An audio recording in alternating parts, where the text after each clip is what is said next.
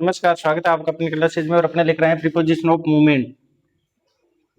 Movement movement का मतलब जो अपने प्लेस बताया था, टाइम बताया था, उसी प्रकार ये मूवमेंट बताती है, यानी गति बताती है जो डायनेमिक होती है। यानी गति बताने के लिए जो प्रीपोजिशन होती है उन्हें प्रीपोजिशन ऑफ मूवमेंट बोलते हैं। जैसे टूवर्ड हो गया, टू खुद हो गया, फ्रॉम हो गया, अप हो गया, डाउन। अप डाउन दोनों वर्ड है जो एडवर्ब भी होते हैं, क्योंकि वर्ब की स्थिति भी बताते हैं, वर्ब की विशेषता भी बताते हैं। इस कारण ये दोनों प्रीपोजिशन के साथ साथ एडवर्ब भी होते हैं। इसी प्रकार ओवर हो गया, अंडर हो गया, ये सारे के सारे मूवमेंट बताते हैं।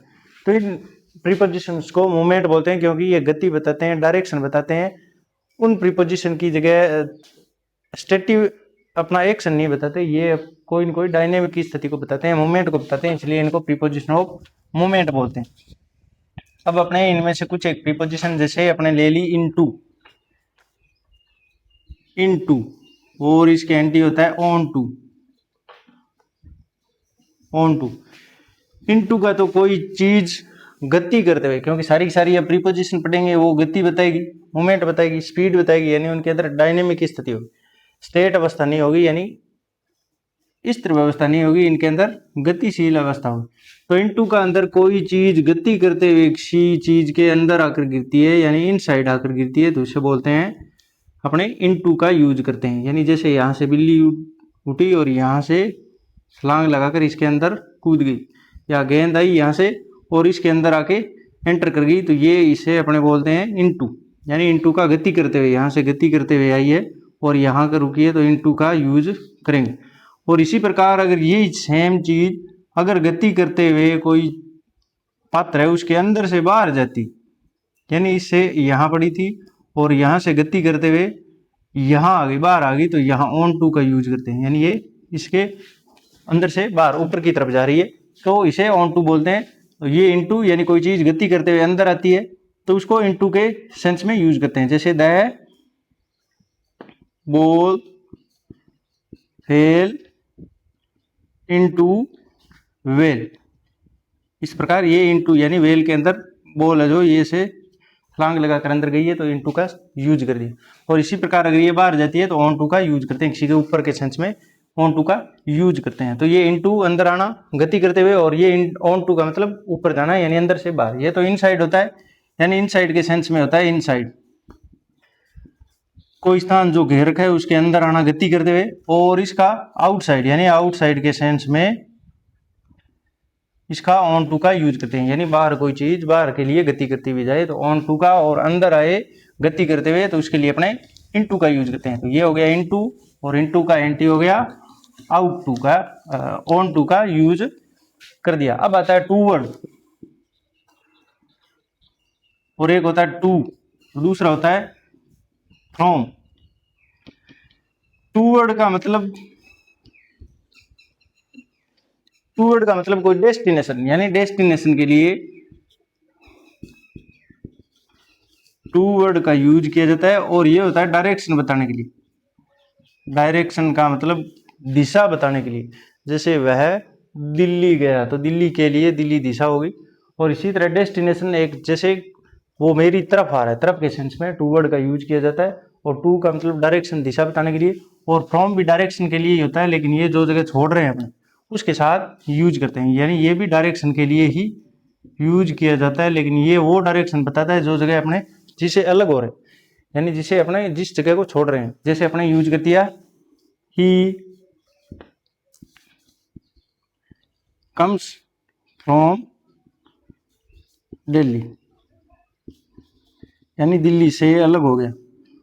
और अगर वो जा रहा है comes from Delhi to Agra, यानी आगरा को जा रहा है, यानी दिल्ली से आगरा को जा रहा है, तो वो उस डेस्टिनेशन, उस दिशा की तरफ जाने के लिए तो टू का यूज करते हैं। और डेस्टिनेशन का मतलब होता है, यानी कोई बंदा मेरी तरफ आ रहा है, कोई बंदा उस तरफ जा रहा है, कोई बंदा स्कूल की तरफ आ रहा है, तो उस तरफ के सेंस में अपने टू वर्ड का यूज करते हैं। टू का मतलब कोई स्थान की तरफ जाने के सेंस में, और फ्रॉम उससे अलग होने के सेंस में फ्रॉम का यूज करते हैं। इसी प्रकार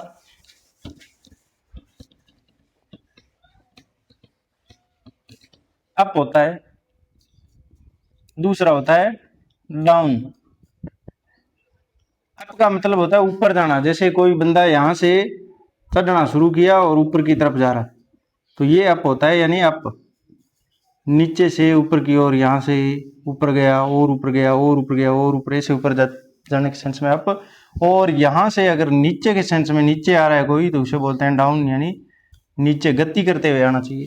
वैसे नीचे तो अपने अंडर से बताते हैं, लेकिन वो अंडर तो एक स्थिर अवस्था में होता है, लेकिन यहाँ डाउन का मतलब नीचे गति करते हुए यहाँ से चला, जैसे अपने सीढ़ियों से उतरते हैं तो इस प्रकार उतरते उतरते नीचे आते हैं। तो ये डायरेक्शन नीचे की ओर बताना हो तो डाउन, और ऊपर की ओर जाना है, ऊपर की ओर डायरेक्शन बतानी है ऐसे, तो अपने को क्या यूज करना है, अप का यूज करना है। यानी ऊपर के सेंस में अप और नीचे के सेंस में डाउन का यूज करते हैं। अब आता है थ्रो, THROUGH। दूसरा होता है अलोंग, अलोंग बना है लॉन्ग से, और इन दोनों का यूज करें। इसके अलावा एक एक्रॉस और होता है, जिसको भी साथ में पढ़ लेते हैं अपने, अक्रॉस। यानी थ्रो का मतलब होता है कोई चीज जो जिसके अंदर से होकर बाहर निकले, जैसे कोई टनल है यानी कोई सुरंग है, उसके अंदर से होकर बाहर निकले, यानी जो बंद है, ऊपर से बंद है और उसके अंदर से होकर अपने गुजरे, यहाँ से अंदर से अब बंद होगी ये सुरंग, और यहाँ से अब बाहर निकले, यानी यहाँ से होते हुए। तो इसके अंदर से होकर, किसी चीज के अंदर से होकर निकले, तो उसके लिए तो थ्रो का यूज करते हैं। जैसे कोई बंदा फॉरेस्ट के अंदर से होकर गुजरा, तो फॉरेस्ट अपने को पता ही है, ऐसे वृक्ष होते हैं, उन वृक्ष के नीचे से अगर गुजरेगा तो ये दोनों वृक्ष एक दूसरे से टकरे हैं, तो ऐसा लगता है जैसे इसने आकाश को ढक लिया। तो कोई चीज ढकी हुई हो, बंद हो, उसके अंदर से अगर अपने एंटर करते हैं या बाहर निकलते हैं इस साइड से उस साइड, तो अपने क्या यूज करते हैं, थ्रो। और अगर किसी के किनारे किनारे जा रहे हैं, जैसे सड़क है ये, और इस सड़क के अपने किनारे किनारे यहाँ से जाते हैं, चाहे कौन सी दिशा में जाए, चाहे इधर जाओ इधर जाओ, इनके किनारे किनारे जाते हैं, तो उसके लिए अलोंग का यूज करते हैं। या अपने रोड के किनारे किनारे वृक्ष लगाने होते हैं, तो रोड के किनारे किनारे वृक्ष लगते हैं, तो वो किनारे के सेंस में अपने क्या यूज करेंगे, अलोंग का यूज करेंगे, ना कि अक्रॉस, और ना ही थ्रो का यूज करना। थ्रू का मतलब तो होता है अंदर से होकर बाहर निकलना, और इसका सेंस होता है लॉन्ग का मतलब किनारे किनारे, लॉन्ग से बना है, लॉन्ग का मतलब लंबा है, तो यहाँ लंबा यानी रोड के बराबर लंबवत जो यूज करते हैं उसे लॉन्ग। यानी जैसे अपने फुटपाथ पर चलते हैं यहाँ से, तो वो क्या है, अलोंग, तो रोड के अलोंग लॉन्ग चलते हैं।